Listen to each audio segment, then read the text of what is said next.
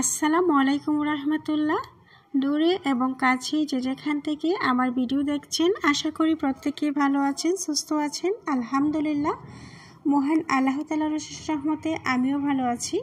প্রতিদিনের মতো আমি রান্নার রানী আফরোজা নতুন আরও একটি রান্নার রেসিপি নিয়ে হাজির হলাম। আজকে আমি রান্না করব চিংড়ি মাছ দিয়ে পুঁই শাক। খুবই সহজ এবং সিম্পল করে রেসিপিটা দেখাবো। পুরো ভিডিওটা স্কিপ না করে দেখতে থাকুন আমি কিভাবে পুঁই শাক রান্না করছি। তো পুঁই শাক রান্না করার জন্য প্রথমে আমি চুলার মধ্যে একটি সসপ্যান বসিয়ে দিয়েছি। দিয়ে দিলাম পরিমাণ মতো তেল এবং পেঁয়াজ কুচি, সামান্য রসুন কুচি। শাক মানেই হচ্ছে রসুন দিয়ে রান্না করলে খুব বেশি টেস্টি হয়। পেঁয়াজ এবং রসুন একসাথে অনেকটা ভেজে নিয়েছি। তারপর ফ্রোজেন করে রাখা অল্প পরিমাণে চিংড়ি মাছ দিয়েছি। যেহেতু আমরা চিংড়ি মাছটা বেশি খাই, সব তরকারি দিয়ে খাই, চিংড়ি মাছের পরিমাণ একটু কমই দেই। তো যাই হোক, চিংড়ি মাছ এবং পেঁয়াজ কুচি একসাথে লাল লাল করে ভেজে নিয়েছি। অল্প পরিমাণে পানি দিয়েছি আর দিয়ে দিচ্ছি স্বাদ মতো লবণ, 1.5 চা চামচ পরিমাণ হলুদের গুঁড়া, 1 চা চামচ পরিমাণ ধনিয়া গুঁড়া। আর কোনো মশলা দেব না। এখন শুধু শাকের সাথে কাঁচামরিচ দিয়ে রান্না করব। আর আমি পুঁই শাক রান্না করার জন্য পুঁই শাকের ডাঁটাটা আলাদা করে কেটে রেখেছি। সাথে দিয়েছি একটা বড় সাইজের আলু। সব সময় আমি শাক রান্না করলে ডাঁটা আলাদা করে রাখি, কারণ ডাঁটাটা একটু সিদ্ধ হইতে টাইম নেই আর পাতা সিদ্ধ হয়ে যায় অনেক তাড়াতাড়ি পুঁই শাক পাতা। তাই আমি আগে ডাঁটাটাকে এবং আলুটাকে কষিয়ে নেব, তাহলে শাক এবং ডাঁটা একই ব্যালেন্সে সিদ্ধ হবে। আর যদি একসাথে শাক দিয়ে দেই তাহলে ডাঁটা সিদ্ধ হবে লেট হবে আর শাকটা বেশি সিদ্ধ হয়ে যায়, খেতে মজা হয় না, টেস্ট নষ্ট হয়ে যায়।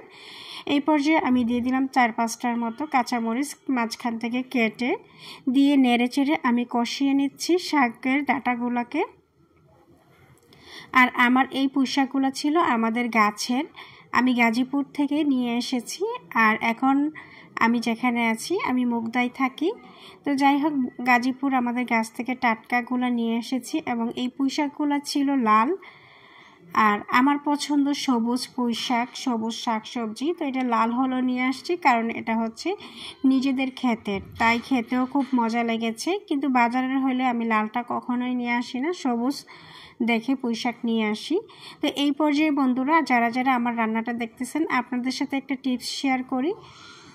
সেটা হচ্ছে শাকটাকে অল্প অল্প করে দিয়ে তারপরে কষিয়ে নেবেন, একসাথে সবগুলো দিবেন না, তাহলে কিন্তু শাকের কালারটা ডিসকালার হয়ে যায় এবং নাড়া দিতে গেলে প্রবলেম হয়।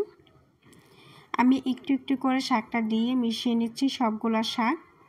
আশা করি আপনারা দেখে বুঝতে পারতেছেন কিভাবে আমি শাকটাকে মিক্স করতেছি। এভাবে করে যে কোনো সবুজ শাক রান্না করলে শাকের কালারটা ডিসকালার হয় না এবং খেতেও খুব মজা হয়। কথায় আছে, দেখতে সুন্দর যারে, খাইতে মজা তারে। দেখতেই যদি ভালো না লাগে, রুচিতে না লাগে, খেতে গেলে কি আর ভালো লাগে? যাই হোক, আমার কথার কোনো ভুল মন্তব্য কেউ করবেন না। আপনারা যারা যারা আমার ভিডিওটা ফেসবুক পেজ থেকে দেখছেন, অনুরোধ করছি ফলো দিয়ে সাথে থাকবেন, লাইক কমেন্ট শেয়ার করবেন। আর যারা যারা আমারকে ফলো দিয়ে ফেলেছেন, প্রত্যেককে অফুরন্ত ভালোবাসা জানাচ্ছি।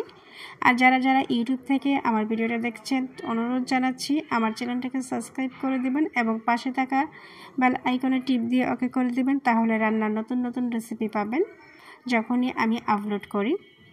আমার রান্নাটা প্রায় কমপ্লিট হয়ে গিয়েছে। আপনাদের সাথে কথা বলতে বলতে এই হলো ফাইনাল লুক। যেহেতু এটা লাল পুঁই শাক, এটা সবুজ হবে না, একটু লাল লালই হয়েছে।